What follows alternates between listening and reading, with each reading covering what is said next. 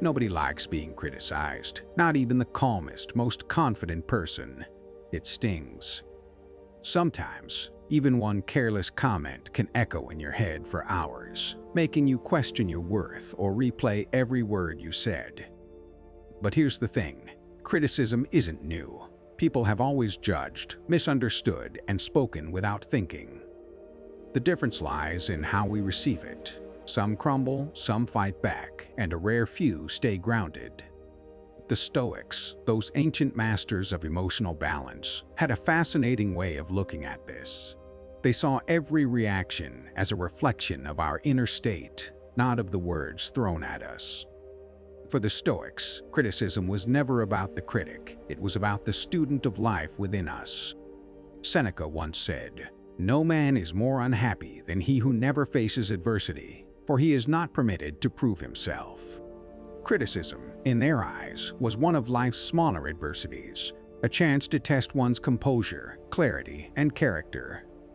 They didn't treat words as weapons, but as opportunities to understand the limits of their ego. Marcus Aurelius, an emperor who surely faced more judgment than most, reminded himself daily that people speak and act according to their understanding, not yours. When we remember that, the sting starts to fade, and we begin to listen not to defend, but to learn. The real challenge, then, isn't avoiding criticism, it's transforming it. How can we hear harsh words without letting them bruise our spirit? How do we keep our self-worth intact in a world full of opinions? The Stoics believed there's a way, a practice of the mind that turns judgment into wisdom and pain into peace. Let's explore how they did it. If that reflection struck a chord with you, if you've ever felt the sting of someone's words and wished you could stay calm instead of crumbling, then stick around. Share your thoughts in the comments. Tell me how you usually deal with criticism, and whether the Stoic way speaks to you. Your experiences might be exactly what someone else needs to hear. And if you found a bit of peace or perspective here, hit that like button and subscribe, not just to follow along, but to remind yourself that growth is a journey we take together, one honest conversation at a time. Number 1. Detach yourself from criticism. The first thing the Stoics would tell you about criticism is this: don't take it personally. Easier said than done, right? When someone points out our flaws, it feels like they're aiming at our very core, our worth, our identity. But Epictetus had a sharp reminder for moments like these. When someone criticizes you, remember, they only see a fraction of you. The Stoics believed that people see the world and others through their own filters of experience, pain, and misunderstanding. So when criticism hits hard, it's often because we're confusing someone's opinion with our truth. Detachment doesn't mean not caring at all. It means caring wisely. Think of it like watching a storm through a window. The thunder can be loud, the rain intense, but you're still dry inside. Detaching from criticism works the same way. It's about staying behind that mental window, observing instead of absorbing. A Stoic would pause and ask, is what they're saying useful? If yes, take it. If not, let it pass like bad weather. The mistake most of us make is trying to fight the storm head-on, explaining, defending, overthinking, and that's when we get soaked in negativity. Seneca once wrote, "We suffer more often in imagination than in reality." Half the pain of criticism comes from the stories we tell ourselves afterward. Maybe they're right. Maybe I'm not good enough. The Stoic approach is to cut that spiral short. They trained themselves to step back and see words as just sounds, air passing through someone else's mouth. Only when we assign meaning to them do they gain power. Detachment in this way isn't emotional coldness, it's emotional discipline. It's the art of choosing which words deserve to live rent-free in your mind. And here's the beauty of it. Once you stop reacting, you start growing. Detachment creates space to reflect, to adjust, and to keep your peace intact. It allows you to hear feedback without losing your balance or your self-respect. The Stoics weren't aiming for indifference, they were aiming for freedom. Freedom from being tossed around by every passing opinion. In that calm, you'll find a strength that no amount of criticism can touch. Number 2. Ask questions instead of immediately defending yourself. Most people react to criticism like they've been punched, fast, defensive, ready to swing back. It's almost instinctive. Someone questions your work, your attitude, or your words, and before they've even finished, you're already explaining why they're wrong. But the Stoics saw this knee-jerk reaction as the real enemy, not the criticism itself. They taught that when we respond too quickly, we let our emotions hijack our reason. As Epictetus said, if someone tells you you're wrong and you become angry, you prove them right. The Stoic challenge is simple. Instead of defending, pause and ask questions. When you ask questions, can you tell me more about what you mean? Or what made you feel that way? You take back control of the conversation. You shift from reacting to understanding. The Stoics believed wisdom begins not with speaking, but with listening. Socrates, one of the philosophical roots of Stoicism, built his entire practice around asking questions, not to trap others, but to uncover truth. By being curious rather than combative, you disarm tension. The other person no longer feels like they're in a fight, they feel heard. And that alone can turn a confrontation into a moment of connection. Think of it like cooling down boiling water. The more you stir, the hotter it gets. But if you just step back and let it settle, clarity returns. The Stoic way of questioning works the same way. When you slow down and genuinely listen, you create space between your ego and your emotions. That space is where calm lives. Often you'll find that criticism, once stripped of tone or exaggeration, contains a kernel of truth that can actually help you grow.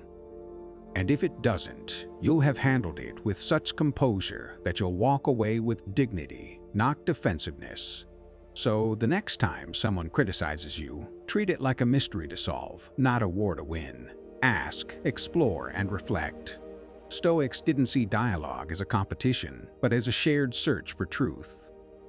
The goal isn't to silence the other person. It's to strengthen your understanding of yourself. And when you do that, even harsh words lose their power to hurt. They simply become tools for self-knowledge, and that's something no criticism can take away.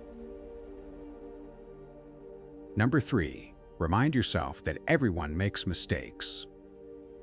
When criticism hits, the first thing most of us feel is shame, that sinking sense that we've failed, that we're not good enough.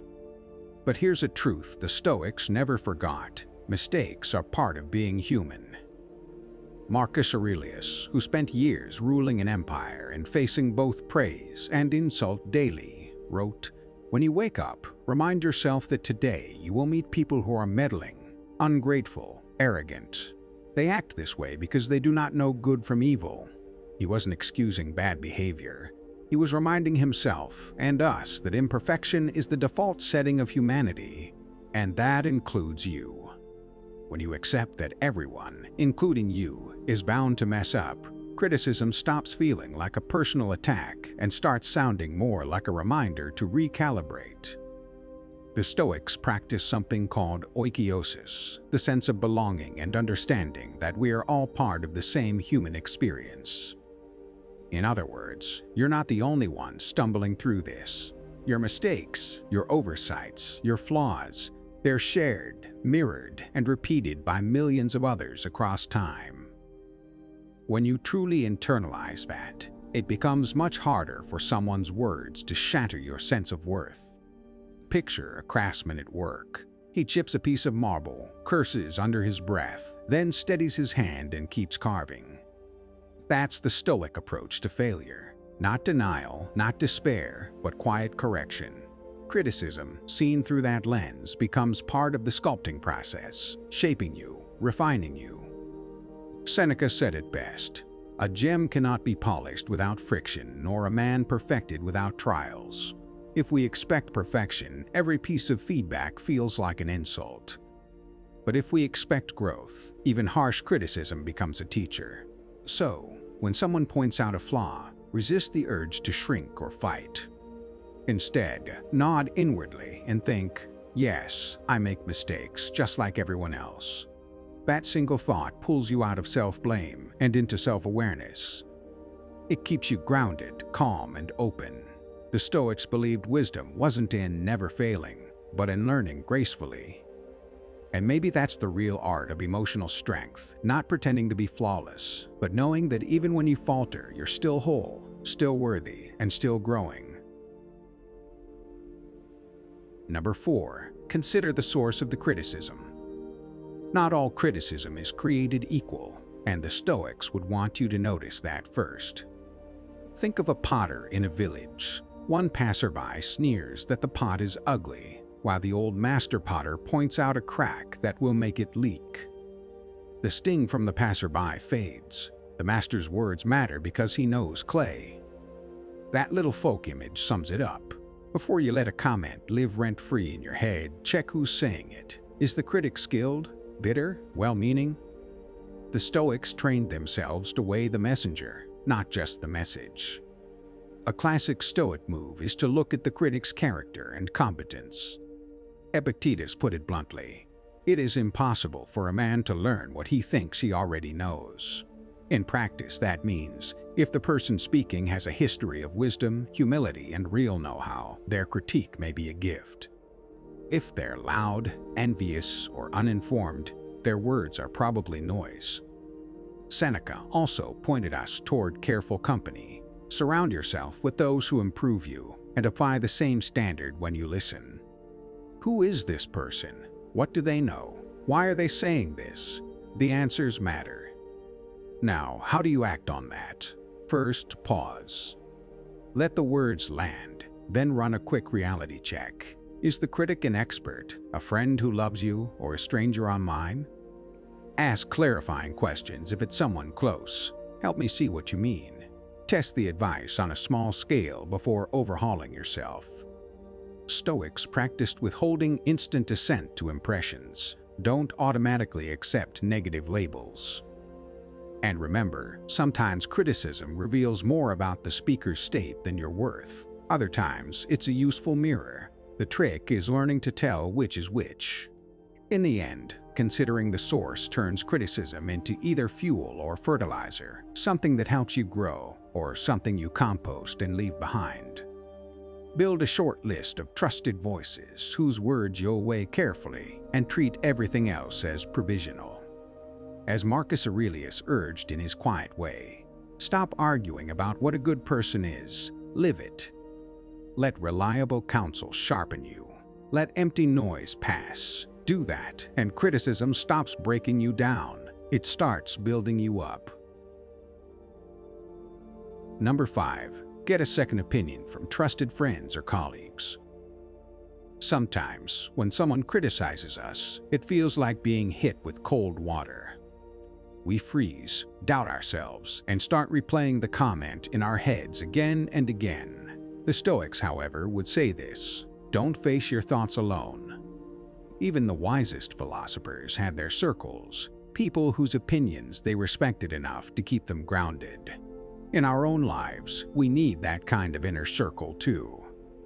A trusted friend, a level-headed colleague, or even a mentor can become a mirror that reflects our situation more clearly than our own anxious mind ever could.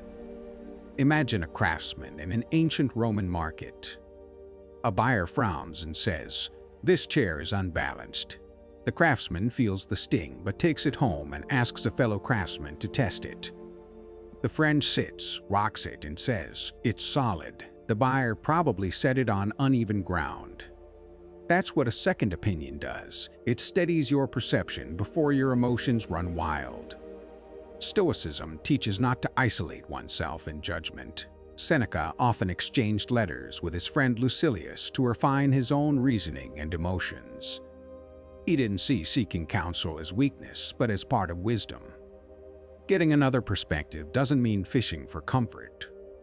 A good friend won't just tell you what you want to hear. They'll give you a balanced take. Maybe the critic had a point, but they delivered it harshly. Maybe you overreacted because you were already stressed. The Stoic approach here is humility, recognizing that our first reactions are rarely clear or accurate. As Epictetus said, it is impossible to learn that which one thinks one already knows. That humility opens the door to genuine insight from others. So, when criticism leaves you spinning, pause before deciding whether it's fair or foolish. Share it with someone whose judgment you trust, someone who's not swept away by your feelings or the critic's tone. Their distance gives you clarity. In Stoic terms, you're expanding your reason beyond the narrow walls of your ego. You stop being trapped in the echo of your own mind and instead see your situation as part of a larger, steadier picture. That's not just emotional maturity, it's ancient wisdom, alive and practical even now. Number 6. Be positive and say, "Thank you for saying so." It might sound strange, even absurd, to thank someone who just criticized you. After all, when someone points out your flaws, your first instinct isn't gratitude, it's defense. But the Stoics would have smiled at that idea. They saw every criticism, fair or not, as a test of inner strength, a chance to practice calmness, dignity, and even grace. Saying "thank you for saying so" isn't surrender, it's strategy. It signals that you're not ruled by ego or emotion. It's like saying, "You can throw your words at me, but I choose how they land." Imagine a blacksmith standing by his forge. Sparks fly, the metal hisses, and every strike of the hammer strengthens it. That's how the Stoics viewed feedback and judgment. Criticism, even unfair criticism, is like that heat, uncomfortable, yes, but also shaping. Marcus Aurelius once wrote, "The best revenge is not to be like your enemy." When someone criticizes you harshly, returning anger only forges more anger. But responding with calm politeness, even gratitude, disarms them and strengthens you. In psychology, this approach also taps into something powerful: cognitive reframing. You're not denying what was said, you're redefining its meaning. Instead of hearing, "You're not good enough," you hear, "Here's a moment to stay composed." That shift doesn't just protect your peace, it builds emotional resilience. It's what the Stoics called eupatheia, the healthy state of emotion that comes from reason, not reaction. When you respond kindly, even to criticism, you're training your mind to stay in balance no matter how sharp the words around you. So, next time someone takes a jab at you, your work, your choices, your effort, pause, take a breath and say, "Thank you for saying so." Not sarcastically, but sincerely. Because every moment like that is an opportunity to grow tougher without growing bitter. It's what the Stoics practiced daily, transforming friction into fuel and choosing to rise above, not sink below. Gratitude in the face of criticism isn't weakness. It's the quiet power of someone who knows their worth doesn't depend on anyone else's opinion. Number 7. See every criticism as an opportunity to become a better version of yourself. Most people see criticism as an attack, a spotlight exposing their flaws. But the Stoics viewed it as something entirely different, a mirror. Sometimes the reflection is kind, sometimes it's distorted, but it's still a reflection that teaches you something about yourself. The Stoic philosophers, from Epictetus to Seneca, believed that every encounter, even an unpleasant one, is a classroom. When someone criticizes you, you have two options: to close yourself off or to open up and ask, "What can this teach me?" The difference between those two responses is the difference between stagnation and growth. There's an old story of a craftsman who built chairs for decades. One day, a young apprentice told him, "Your chairs wobble slightly." The old man didn't get defensive. Instead, he smiled and said, "Then I have something new to master." That's the Stoic attitude, humility tied to progress. As Seneca once said, "No man was ever wise by chance. Wisdom is deliberate. It comes from facing truth, even when it's uncomfortable." Criticism, whether fair or harsh, can reveal parts of us we've overlooked. It's not always about who's right, but about what can be refined. From a psychological perspective, this mindset is transformative. It removes the emotional sting from feedback and turns it into motivation. You stop asking, "Why did they say that?" and start asking, "Is there a kernel of truth here I can use?" This shift doesn't make you passive, it makes you powerful. It allows you to grow without resentment, to evolve without ego. The Stoics saw such humility not as weakness, but as the foundation of strength. Because the moment you stop resisting reality, you can start reshaping it. So, the next time someone points out a flaw, resist the urge to retreat or retaliate. Instead, take a deep breath and imagine that craftsman. Thank the moment for revealing a new edge to polish. The Stoics didn't seek perfection. They sought progress. And every piece of criticism, no matter how small, can be a chisel that helps you carve out a stronger, wiser, more grounded version of yourself. If you've stayed with me until the end, take a moment to appreciate yourself, not because you've read another article, but because you've chosen growth over comfort.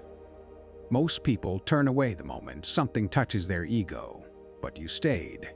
That says something powerful about your character. The Stoics would call this the beginning of wisdom, the courage to look inward without flinching. So, as you close this page, carry one thought with you. Every word of criticism, every uncomfortable truth, every challenge that shakes your calm, it's not there to break you, but to build you. And if you keep meeting life with that quiet strength, you'll not only endure what comes your way, you'll rise above it, stronger and steadier than before.